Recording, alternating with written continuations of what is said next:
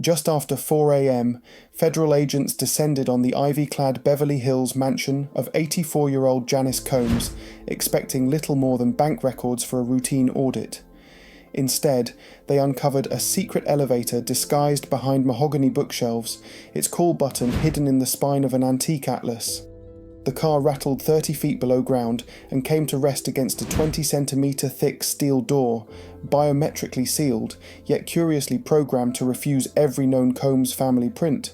When technicians finally overrode the lock, the fluorescence snapped on in a room that felt less like a basement and more like a command centre. Tiered metal shelving, climate-controlled safes, a desk bristling with wiped SSDs, and rows of file boxes colour-coded like a military exercise.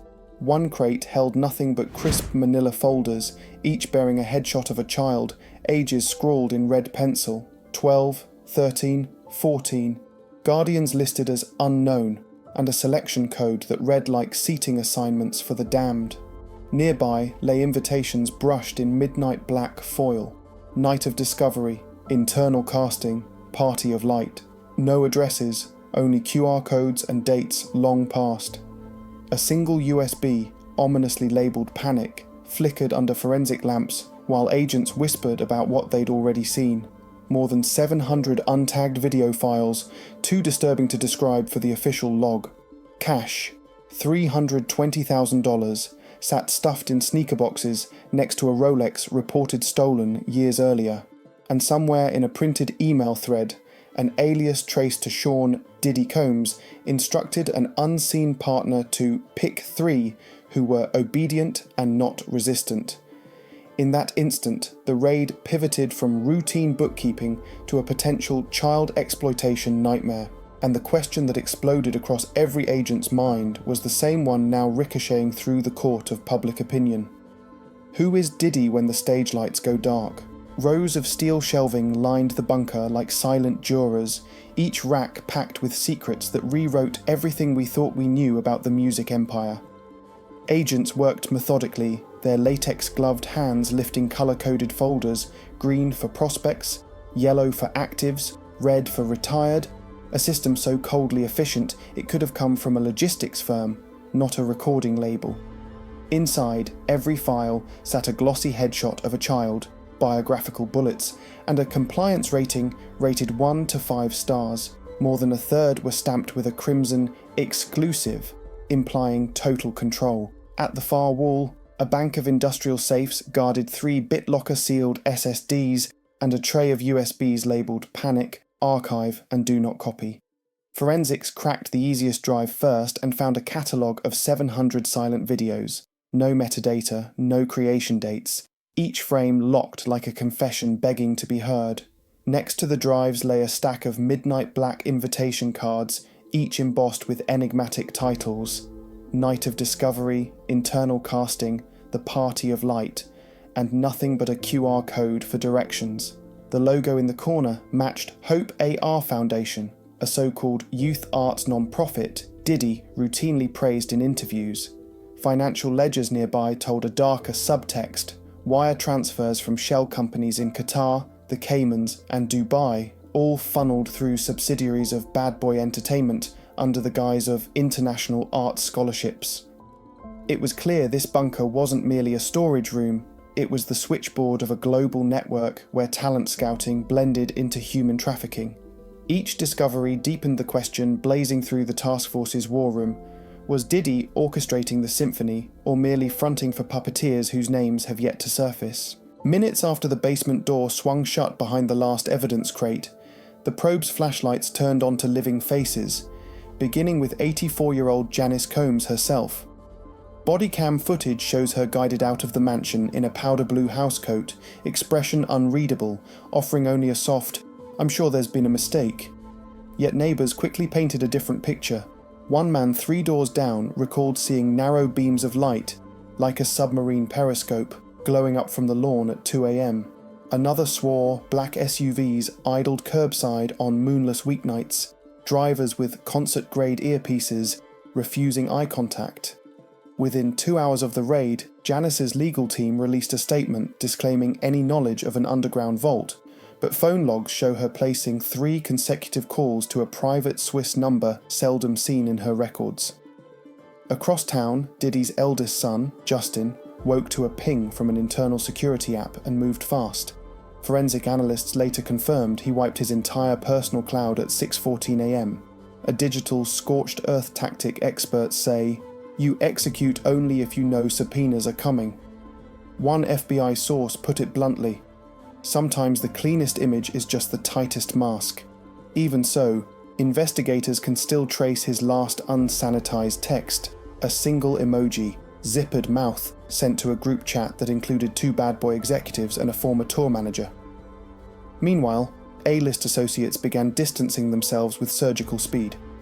Usher quietly unfollowed every Combs account. Mary J. Blige pulled out of a charity gala hours before tickets went live. Longtime party fixture Ray J issued a hollow, no-involvement tweet, only for agents to flag him in a 2021 party photo recovered from the confiscated drives. Cassie Ventura, absent from Diddy's orbit for years, emerged on investigators' short list of potential witnesses after her likeness surfaced in basement imagery labelled Priority. Behind each silence, the task force senses trembling calculus. Speak now and shred decades of loyalty, or wait and hope the bunker's ghosts stay buried.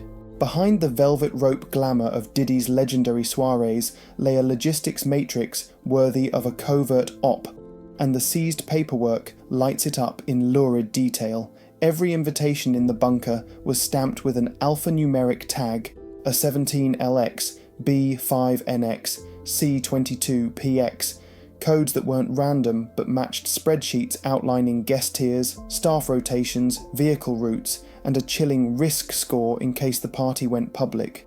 VIPs, often investors, foreign dignitaries, or label power brokers, flew in on charter jets booked through shell agencies, while the opening performers, mostly adolescents recruited by the Tanya R Foundation, arrived separately on prepaid rideshares timed to avoid overlap with the press.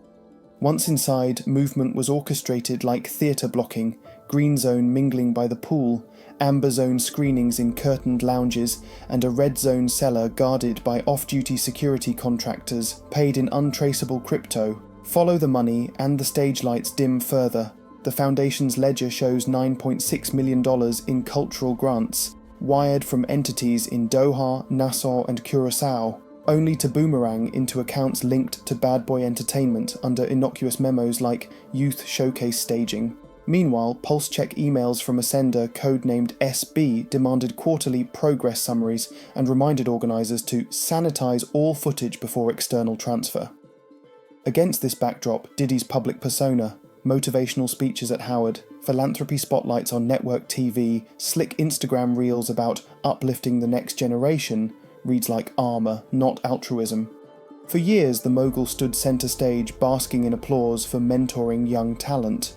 Now, investigators see a man possibly fronting a supply chain that treats children as inventory and reputation as the ultimate firewall. If the blueprint holds, every coded card and offshore wire was another rivet in a machine engineered to hum safely below the frequency of public outrage until the FBI tuned in.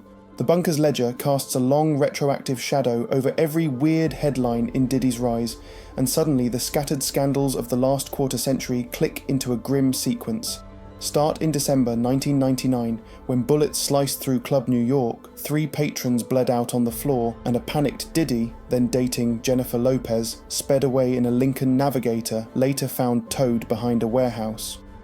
The gun possession case imploded after witnesses misremembered, but an LAPD memo now reopened shows a duffel of 9mm casings removed from the SUV by an unidentified aide wearing the same private security badge brandished by guards at Janice's mansion. Fast forward to 2018. Kim Porter, mother to 3 of Diddy's children, is ruled dead from pneumonia, though her autopsy noted fluid in the lungs consistent with chemical sedatives, details the coroner deemed non-contributory.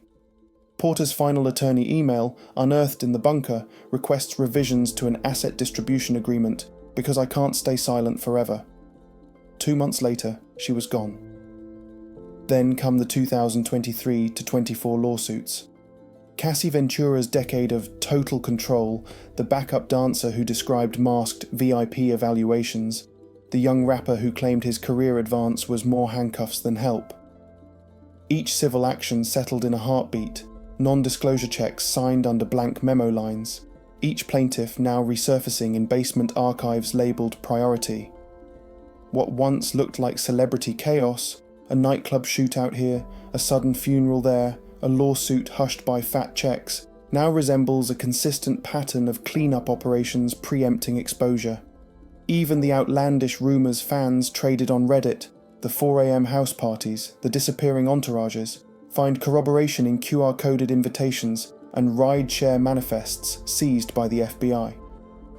In hindsight, the glittering timeline of platinum plaques and champagne moments was really a breadcrumb trail of red flags. The only mystery is how many alarms we collectively chose to hit snooze on before the steel door finally blew the narrative wide open. Inside FBI headquarters, a whiteboard spider map now sprawls across 3 walls, each thread representing a theory that could redefine the investigation's centre of gravity. Theory 1, Janice as gatekeeper. Her spotless grandmother image, investigators argue, was precisely the camouflage needed to stash contraband in a home no one would dare raid. Property records show she quietly added biometric door upgrades in 2017. Suspiciously, the same quarter, Tanya R. Foundation's foreign grants spiked, suggesting she wasn't a clueless landlord, but a silent quartermaster. Theory 2. Diddy, the lightning rod. Yes, he had motive, means, and access, but emails recovered from the bunker reveal him begging an encrypted contact, SB, for confirmation the media group is contained. The tone reads subservient, almost fearful, hinting that the mogul famous for control might himself answer to a deeper pocket, a financier or political fixer powerful enough to mute headlines for years.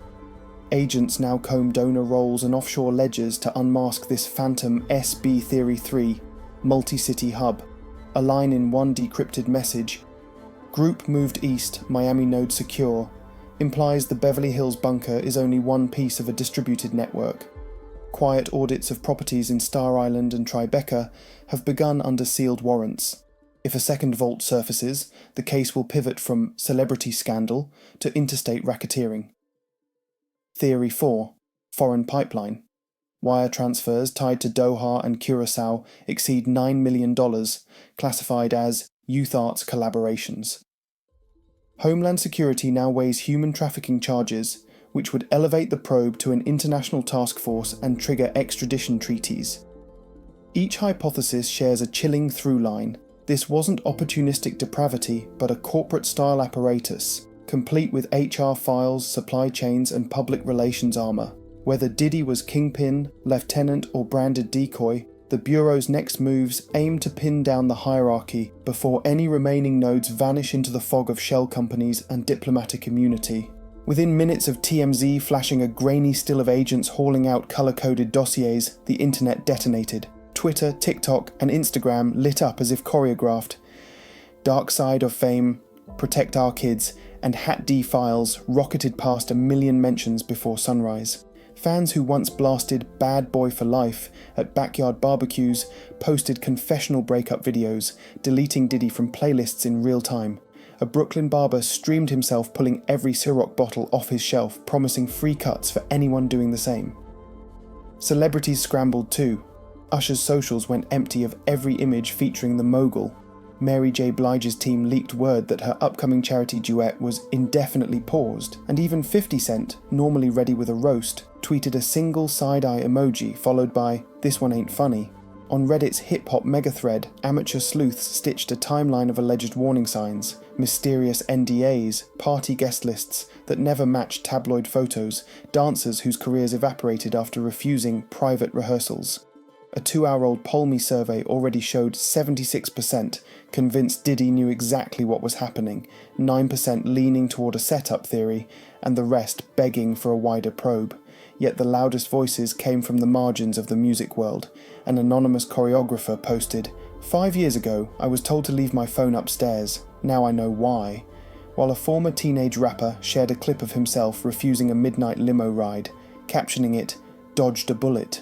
In the void of concrete FBI commentary, Each leak, meme, and shaky witness story swirled into a hurricane of collective outrage that no Combs press release could calm. The public verdict may not carry legal weight, but it's already rewriting street anthems into cautionary tales, and turning the once untouchable king of the afterparty into the face of a reckoning nobody can scroll past. Quantico's cold rooms now hum day and night as digital forensics chisel at the bunker's final BitLocker drives, 3 petabytes of encrypted video that, if decoded, could swing charges from probable to irrefutable. Each new fragment routed through specialists spawns fresh subpoenas, flight manifests, foundation payrolls, telecom pings that map a constellation of drop sites from Miami's Star Island to a gated studio compound in Queens. Meanwhile, the Bureau's victim hotline rings like a fire alarm, 70 calls in the first 48 hours, 100 and counting, forcing agents to triage stories ranging from awkward industry mixers to outright abductions masked as world tour opportunities. Prosecutors have convened a grand jury under seal, quietly lining up immunity deals for low-level recruiters before corporate lawyers can lock them behind NDAs.